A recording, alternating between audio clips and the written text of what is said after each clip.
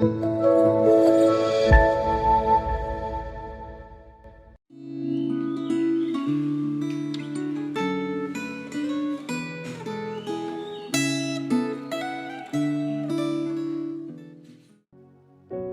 jemaat yang terkasih di dalam Tuhan.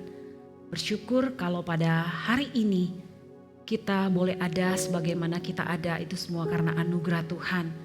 Kita sungguh bersyukur kalau Tuhan masih terus pimpin hidup kita, Tuhan masih tetap menyertai, bahkan Tuhan masih memberkati hidup kita.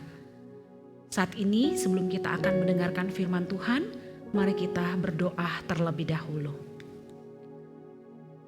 Bapa di dalam surga, kami sungguh bersyukur ya Tuhan untuk kesempatan yang indah yang Engkau anugerahkan kepada kami pada hari ini. Engkau memberikan kami satu kesempatan yang indah untuk kami boleh mendengar Tuhan menyapa kami, Tuhan berbicara kepada kami melalui firman-Mu.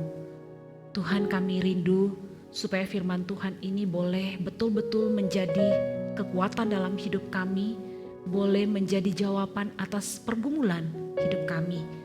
Dan biarlah ya Tuhan, firman Tuhan ini bukan hanya ada di otak kami, tetapi kami rindu kami boleh mengaplikasikan di dalam kehidupan kami. Biarlah Roh Kudus yang akan menolong kami, memampukan kami untuk melakukannya di dalam hidup kami. Terima kasih Tuhan, ini doa kami, Tuhan dengarkan. Di dalam nama Tuhan Yesus kami berdoa dan kami bersyukur. Amin. Saudara, firman Tuhan pagi hari ini terambil dari Kisah Para Rasul 8 ayat 26 sampai ayatnya yang ke-40. Kita hanya akan membaca ayat 26 sampai ayat yang ke-28. Demikian firman Tuhan. Kemudian berkatalah seorang malaikat Tuhan kepada Filipus, katanya, "Bangunlah dan berangkatlah ke sebelah selatan menurut jalan yang turun dari Yerusalem ke Gaza. Jalan itu jalan yang sunyi." Lalu berangkatlah Filipus. Adalah seorang Etiopia, seorang sida-sida pembesar dan kepala perbendaharaan Sri Kandake, ratu negeri Etiopia yang pergi ke Yerusalem untuk beribadah. Sekarang orang itu sedang dalam perjalanan pulang dan duduk dalam keretanya sambil membaca kitab Nabi Yesaya. Saudara, sebenarnya amanat Tuhan Yesus kepada murid-muridnya itu sangat jelas, yaitu bahwa para murid akan menjadi saksi di Yerusalem dan di seluruh Yudea dan Samaria dan sampai ke ujung bumi. Hal ini jelas sekali dicatat di dalam Kisah Para Rasul 1 ayat yang ke-8. Saudara, ketika kita memperhatikan ayat ini, saudara, kita akan menemukan bahwa di situ ada kata penghubung yang dipakai. Dan kata penghubung yang dipakai di dalam ayat ini adalah kata penghubung "dan". Hal itu berarti bahwa para murid tidak boleh hanya berkumpul dan menjadi saksi di Yerusalem saja, tetapi mereka harus memperluas ruang lingkup kesaksian mereka ke wilayah tempat mereka berada, Yudea, ke wilayah tetangga Samaria, dan ke tempat-tempat yang jauh, yaitu ke ujung bumi. Karena para murid terus berkumpul di Yerusalem, Allah mengizinkan terjadinya penganiayaan yang membuat para pengikut tersebar kemana-mana. Allah juga memberi tanda khusus untuk menegaskan bahwa orang Samaria berhak untuk menerima keselamatan. Nah, saudara yang dikasihi di dalam Tuhan, di dalam bacaan Alkitab hari ini, Roh Kudus langsung mengarahkan Filipus untuk melayani seorang asing, yaitu sida-sida dari Etiopia yang sedang kebingungan saat membaca kitab Nabi Yesaya. Kebingungan sida-sida ini menjadi pembuka jalan bagi Filipus untuk menjelaskan tentang Yesus Kristus.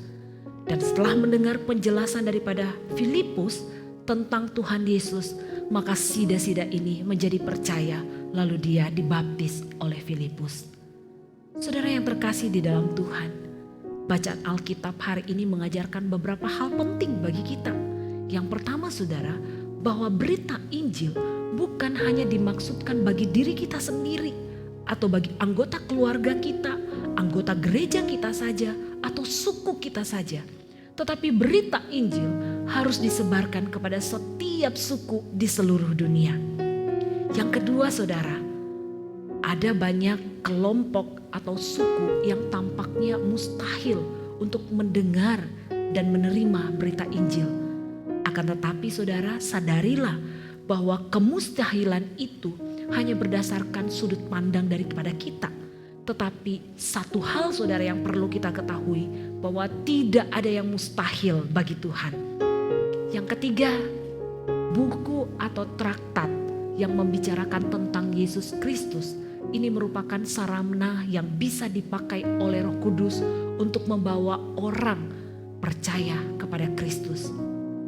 Pada zaman ini saudara telah tersedia banyak traktat atau buku elektronik yang bisa dibagikan melalui media sosial. Dan kemudian yang keempat saudara, ada banyak orang yang memerlukan penjelasan sebelum mereka mengambil keputusan untuk menerima Yesus Kristus. Orang percaya harus selalu siap untuk memberi penjelasan. Hal ini seperti yang dikatakan di dalam 1 Petrus 3 ayat yang ke-15.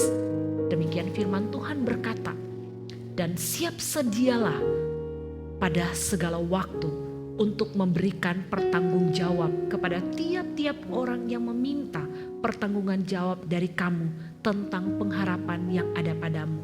Tetapi haruslah dengan lemah lembut dan hormat. Saudaraku yang terkasih dalam Tuhan, bila Roh Kudus meminta engkau dan saya untuk bertemu dengan seseorang yang memerlukan penjelasan tentang berita Injil, apakah Anda bersedia dan siap untuk memberi penjelasan? Jika kesempatan itu ada saudara, jangan takut, jangan kecil hati. Karena Roh Kudus akan memimpin kita agar kita dapat memberitakan Injil keselamatan kepada mereka yang membutuhkan. Tuhan Yesus memberkati.